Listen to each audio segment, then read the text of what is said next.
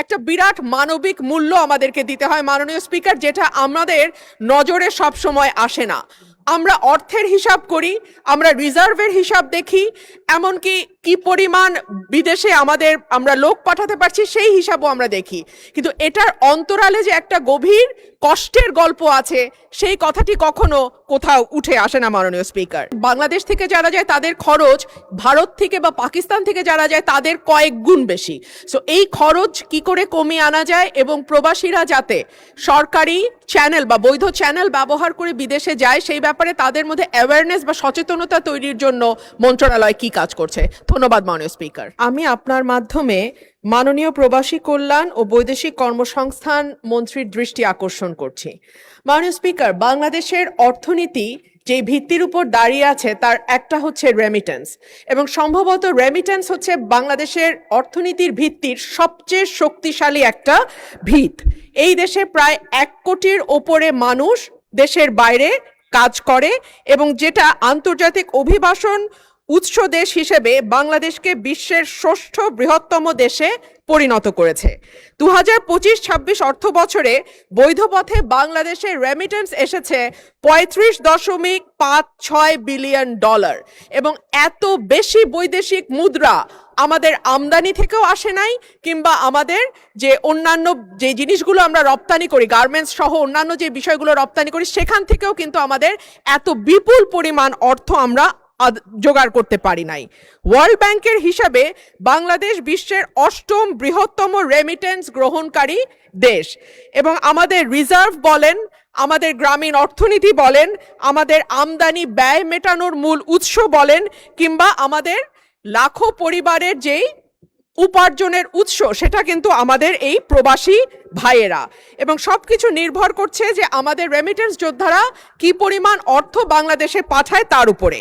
কিন্তু রেমিটেন্সের আড়ালে একটা বিরাট মানবিক মূল্য আমাদেরকে দিতে হয় মাননীয় স্পিকার, যেটা আমাদের নজরে সব সময় আসে না। আমরা অর্থের হিসাব করি, আমরা রিজার্ভের হিসাব দেখি, এমনকি কি পরিমাণ বিদেশে আমরা লোক পাঠাতে পারছি সেই হিসাবও আমরা দেখি, কিন্তু এটার অন্তরালে যে একটা গভীর কষ্টের গল্প আছে সেই কথাটি কখনো কোথাও উঠে আসে না মাননীয় speaker. Social cost of migration, যেটাকে আমরা বলতে পারি সুযোগ এবং ত্যাগের গল্প একই সঙ্গে। ওয়েজ আর্নার্স বোর্ডের তথ্য অনুযায়ী 2024 সালে বাংলাদেশ জন্মের পরে এখন পর্যন্ত 2024 সালে সবচাইতে বেশি 4813 জনের মরদেহ বাংলাদেশে আসে। এছাড়াও 15 থেকে 24 পর্যন্ত 38,000 মরদেহ বাংলাদেশে এসছে। লক্ষণীয় বিষয় হচ্ছে এদের বেশিরভাগেরই বয়স 40-এর নিচে, এবং 40-এর নিচে যাদের বয়স মাননীয় স্পিকার, খুব স্বাভাবিকভাবেই তাদের কোনো কোমরবিডিটি থাকার কথা নয়, কিন্তু তারপরেও বৈরী পরিবেশে ঘন্টার পর ঘন্টা পরিশ্রম করা, দেশের সঙ্গে দীর্ঘদিন তাদের ফিজিক্যাল যোগাযোগ যেটাকে বলে সেটাতে বিচ্ছিন্ন থাকা, দুশ্চিন্তা, পরিবার থেকে দূরে থাকা, এবং ভীষণ রকম পরিশ্রম এবং অস্বাস্থ্যকর পরিবেশে দিনের পর দিন থাকবার কারণে এত বড় সংখ্যক মরদেহ প্রতি বছর বাংলাদেশে বিদেশের মাটি থেকে আসে। অভিবাসনের প্রকৃত মূল্য, আমি যে কথাটি বলছিলাম যে কেবলমাত্র সংখ্যা বা জীবন দিয়ে যদি আমরা হিসাব করি তাহলে হবে না, এর সঙ্গে যুক্ত হয়ে আছে আমাদের সামাজিক নানান রকম ঘটনাও। দূরত্ব, যেটা দীর্ঘদিন দেশের বাইরে থাকা, তৈরি করে পরিবারের সাথে দূরত্ব। এমনও ভাইয়ের গল্প আমরা জানি মাননীয় স্পিকার, যে হয়তো তার সন্তানটিকে 1 বছরের রেখে গিয়েছিল, কিন্তু যখন ফিরে এসছে তার সন্তান কিশোর বয়সে গেছে। বাবা সন্তানকে ঠিকমতো চেনে না, সন্তানও বাবাকে চেনে না। যেটুকু কথা তাদের মধ্যে হয় সেটা হয়তো মোবাইল টেলিফোনে, কিংবা সেটা হয়তো ভিডিও কলের মাধ্যমে হয়। বাবা মার মৃত্যু হয় দেশে, সন্তান খবর পায় না। অনেক সময় আমরা জানি আমাদের প্রবাসী ভাইরা যে টাকা পাঠান সেটা দিয়ে সম্পদ তৈরি করেন পরিবার, কিন্তু সেই সম্পদে অনেক সময় সেই ভাইটির নাম থাকে না, দেখা যায় অন্যান্য ভাই বা যারা দেশে থাকে তাদের নামেই সম্পদ তৈরি হয়। অর্থাৎ নানানভাবে নানান রকম সমস্যার মধ্যে দিয়ে আমাদের প্রবাসী ভাইরা দেশের বাইরে কাজ করেন, কিন্তু তাদের এই শ্রম এবং ঘামেই বাংলাদেশের অর্থনীতি টিকে আছে। মাননীয় স্পিকার, আপনার মাধ্যমে প্রবাসী কল্যাণ এবং বৈদেশিক কর্মসংস্থান বিষয়ক মন্ত্রীর কাছে আমার প্রশ্ন, দক্ষ জনশক্তি পাঠানোর ব্যাপারে সরকার কি কি উদ্যোগ গ্রহণ করছে? কারণ আমরা জানি আমরা যে শ্রমশক্তি বাইরে পাঠাই তাদের অনেকেরই ভাষাগত দক্ষতা নাই, কিংবা যেই কাজের চুক্তিতে তারা দেশের বাইরে যায় সেই কাজের ব্যাপারেও তাদের সব সময় যে খুব পরিষ্কার ধারণা থাকে বা দক্ষতা থাকে তা নয়। কিন্তু আমরা যদি দক্ষ শ্রমশক্তি বাইরে পাঠাতে পারি তাহলে দেখা যাবে যে আমাদের বৈদেশিক মুদ্রা এখন যা আসে $35 বিলিয়ন, তার চেয়েও বেশি হয়তো আমরা আনতে পারবো, এবং যারা দেশের বাইরে যাচ্ছে তারাও একটা সম্মানজনক অবস্থায় যেতে পারবে। মাননীয় স্পিকার, আপনার মাধ্যমে মাননীয় মন্ত্রীর কাছে আমার প্রশ্ন। ধন্যবাদ মাননীয় স্পিকার। মাননীয় সদস্য, আমার সামনে যে পেপারটা আছে প্রশ্নটা বোধহয় পাসপোর্ট রিনিউয়ালের ব্যাপারে না। আপনি মূল প্রশ্নটা আগে করেন, because he took the preparation for this one. পরবর্তীতে অন্য একটা প্রশ্ন করলে আপনি ওদিকে যেতে পারেন। মূল প্রশ্নে একটু দয়া করে আসেন প্লিজ। Thank you. আপনার মাধ্যমে প্রবাসী কল্যাণ ও বৈদেশিক কর্মসংস্থান মন্ত্রীর কাছে আমার প্রশ্ন। বাংলাদেশের লক্ষ লক্ষ প্রবাসী দেশের অর্থনীতিতে গুরুত্বপূর্ণ অবদান রেখে চলেছেন। তাদের পাঠানো বৈদেশিক রেমিটেন্স দেশের অর্থনৈতিক অগ্রগতির অন্যতম চালিকা শক্তি। কিন্তু দুঃখের বিষয়, বিভিন্ন দেশে অবস্থিত বাংলাদেশ মিশনে পাসপোর্ট নবায়নের ক্ষেত্রে অনেক প্রবাসী দীর্ঘসূত্রিতা, প্রশাসনিক জটিলতা, অতিরিক্ত সময় ক্ষেপণ, দালাল চক্রের দৌরাত্ম্য, অপ্রয়োজনীয় কাগজপত্র দাবি, তথ্যের অসামঞ্জস্য এবং বিভিন্ন ধরনের হয়রানির অভিযোগ করে আসছে। অনেক ক্ষেত্রে নির্ধারিত সময় পাসপোর্ট না পাওয়ায় তার চাকরি, ভিসা, নবায়ন, আবাসিক অনুমতি, অন্যান্য আইনি জটিলতারও সম্মুখীন হতে হচ্ছে।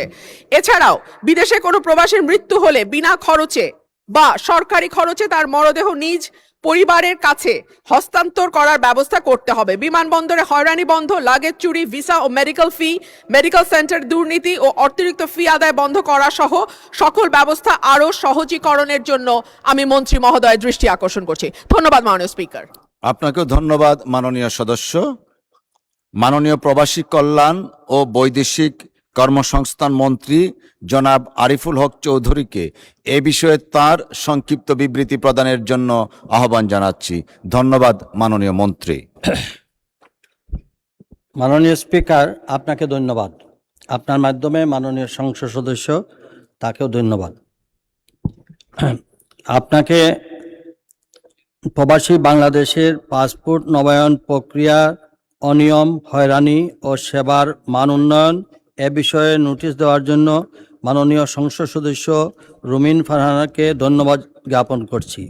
মাননীয় স্পিকার, মাননীয় সংসদ সদস্যের উত্থাপনীয় নোটিশে পাসপোর্ট নবায়ন প্রক্রিয়ার অনিয়ম, হয়রানি ও সেবার মান উন্নয়ন বিষয়টি স্বরাষ্ট্র মন্ত্রণালয় সংশ্লিষ্ট। বিমানবন্দরে হয়রানি বন্ধ, লাগেজ চুরি সংক্রান্ত বিষয়টি বেসামরিক বিমান ও পর্যটন মন্ত্রণালয় এবং ভিসা নবায়ন বিষয়টি পররাষ্ট্র মন্ত্রণালয়ের আওতাধীন। আমি অনুরোধ করব মাননীয় সংসদ সদস্য এই বিষয়ে যদি সংশ্লিষ্ট মন্ত্রণালয়ের মন্ত্রী মহোদয়ের কাছে নোটিশ দেন তাহলে উক্ত নোটিশের যথার্থ উত্তর পাওয়া যাবে। তবে প্রবাসী কল্যাণ ও বৈদেশিক কর্মসংস্থান মন্ত্রণালয় প্রবাসী বাংলাদেশিদের সামগ্রিক কল্যাণ নিশ্চিত করতে সংশ্লিষ্ট সকল মন্ত্রণালয় ও সংস্থার সঙ্গে সমন্বয় করে কাজ করে যাচ্ছে।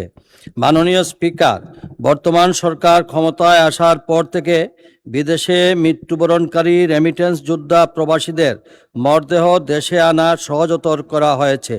বিদেশে কর্মরত বিএমইটির বহির্গমন ছাড়পত্র বহনকারী কোনো বাংলাদেশি কর্মীর মৃত্যু হলে মরদেহ দ্রুত দেশে আনা, বিমানবন্দরে মরদেহ গ্রহণ ও স্বজনদের নিকট হস্তান্তর, দাফন সহায়তা ও আর্থিক অনুদান প্রদানে ওয়েজার্নার্স কল্যাণ বোর্ড নির্ধারিত নীতিমালা অনুযায়ী সহায়তা প্রদান করে আসছে। দেশের 3টি বিমানবন্দর হতে প্রবাসী কল্যাণ ডেস্কের মাধ্যমে লাশ পরিবহন ও দাফন খরচ বাবদ তাৎক্ষণিক 35,000 টাকার চেক প্রদান করা হয়। গত 2025-26 অর্থ বছরে 5,312 জন প্রবাসীর পরিবারকে 18,59,20,000 টাকা প্রদান করা হয়েছে। ওয়েজার্নার্স কল্যাণ বোর্ডের নিজস্ব 5টি অ্যাম্বুলেন্সের মাধ্যমে তাদের নিজ বাড়িতে লাশ ও অসুস্থ রোগীকে পরিবহনের ব্যবস্থা করা হয়। বিএমইটির বহির্গমন ছাড়পত্র অথবা ওয়েজার্নার্স কল্যাণ বোর্ডের সদস্যপদ রয়েছে তাদের প্রত্যেক প্রবাসীর পরিবারকে 2 মাসের মধ্যে 3 লক্ষ টাকা আর্থিক সহায়তা প্রদান করা হয়। এছাড়াও অসুস্থ হয়ে দেশে ফেরত আসা প্রবাসীকেও চিকিৎসার জন্য সর্বোচ্চ 2 লক্ষ টাকা প্রদান করা হয়। মাননীয় স্পিকার, বিমানবন্দরে প্রবাসীদের মরদেহ মর্যাদা ও সম্মানের সাথে স্বজনদের কাছে বুঝিয়ে দিতে ওয়েজার্নার্স কল্যাণ বোর্ড এর সরাসরি তত্ত্বাবধানে 24/7 অর্থাৎ সার্বক্ষণিক প্রবাসী কল্যাণ ডেস্ক নিয়োজিত রয়েছে। এভিয়েশন সিকিউরিটি, কাস্টমস কর্তৃপক্ষ এবং কল্যাণ বোর্ডের কর্মকর্তারা যৌথভাবে এয়ারপোর্ট থেকে মরদেহ খালাস ও হস্তান্তরের কাজটি তদারকি করেন। মাননীয় স্পিকার, বিদেশ গমনেচ্ছুক কর্মীদের স্বাস্থ্য পরীক্ষার মেডিকেল ফি স্বাস্থ্য অধিদপ্তর কর্তৃক নির্ধারণ করা হয়ে থাকে। এ পর্যন্ত 181টি মেডিকেল সেন্টারকে প্রবাসী কল্যাণ ও বৈদেশিক কর্মসংস্থান মন্ত্রণালয়ের তালিকাভুক্ত করেছে। বিদেশগামী কর্মীদের স্বাস্থ্য পরীক্ষার জন্য তালিকাভুক্ত মেডিকেল সেন্টারসমূহ নিয়মিত তদারকি করা হয়। কোনো অনিয়ম বা অতিরিক্ত ফি আদায়ের অভিযোগ থাকলে সংশ্লিষ্ট প্রতিষ্ঠানের বিরুদ্ধে ব্যবস্থা গ্রহণ করা হয়।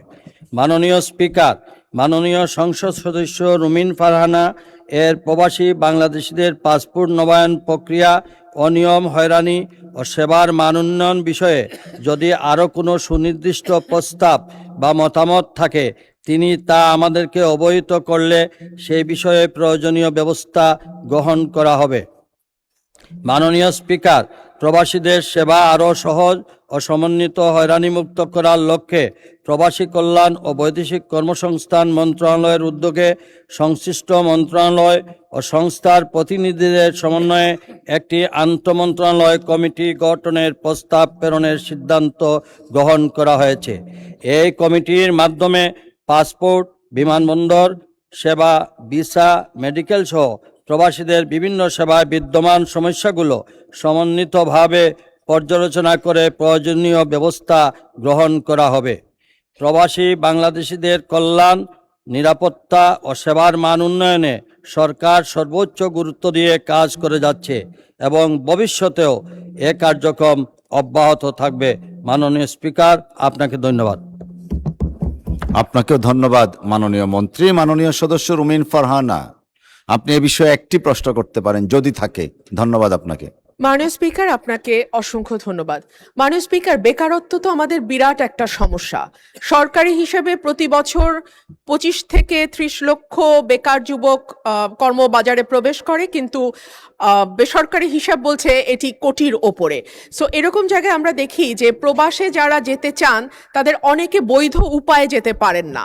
কেউ কেউ দেখা যায় ভূমধ্য সাগর পাড়ি দিয়েও পশ্চিমের দেশগুলো, ইটালি বা জার্মানি, এই দেশগুলোতে যাওয়ার চেষ্টা করে। সো আমি আপনার মাধ্যমে মাননীয় মন্ত্রীর কাছে জানতে চাই যে আমাদের কম খরচে, দেখা যায় যে বাংলাদেশ থেকে যারা যায় তাদের খরচ ভারত থেকে বা পাকিস্তান থেকে যারা যায় তাদের কয়েক গুণ বেশি।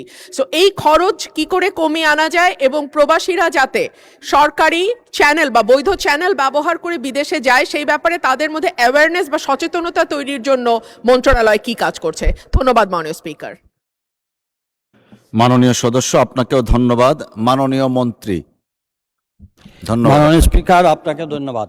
আমরা এই ব্যাপারে মাননীয় সংসদ সদস্যকে অবহিত করতে যাচ্ছি যে আমরা এই ব্যাপারে একটি কমিটি তৈরি করা হয়েছে। আমরা এই সরকার দায়িত্ব নেওয়ার পর থেকে এই নদীপথে বা বিভিন্ন অবৈধ পথে আমরা এটা রোধ করতে সক্ষম হয়েছি এবং একই সাথে আমরা যাতে ল কস্টে আমাদের দেশের নাগরিকদেরকে আমরা বিদেশে প্রেরণ করতে পারি তার জন্য আমরা আমাদের জাতীয় কার্যক্রমগুলো গ্রহণ করা হয়েছে। ইনশাআল্লাহ আমরা ল কস্টের মাধ্যমেই আমরা লোকবল প্রেরণ করতে পারবো। ধন্যবাদ। এবং এই ব্যাপারে আমরা আমাদের একটি কমিটি গঠন করা হয়েছে, সেই কমিটির মাধ্যমে সার্বক্ষণিকভাবে মনিটর করা হচ্ছে। ধন্যবাদ। মাননীয় মন্ত্রী, আপনাকেও ধন্যবাদ।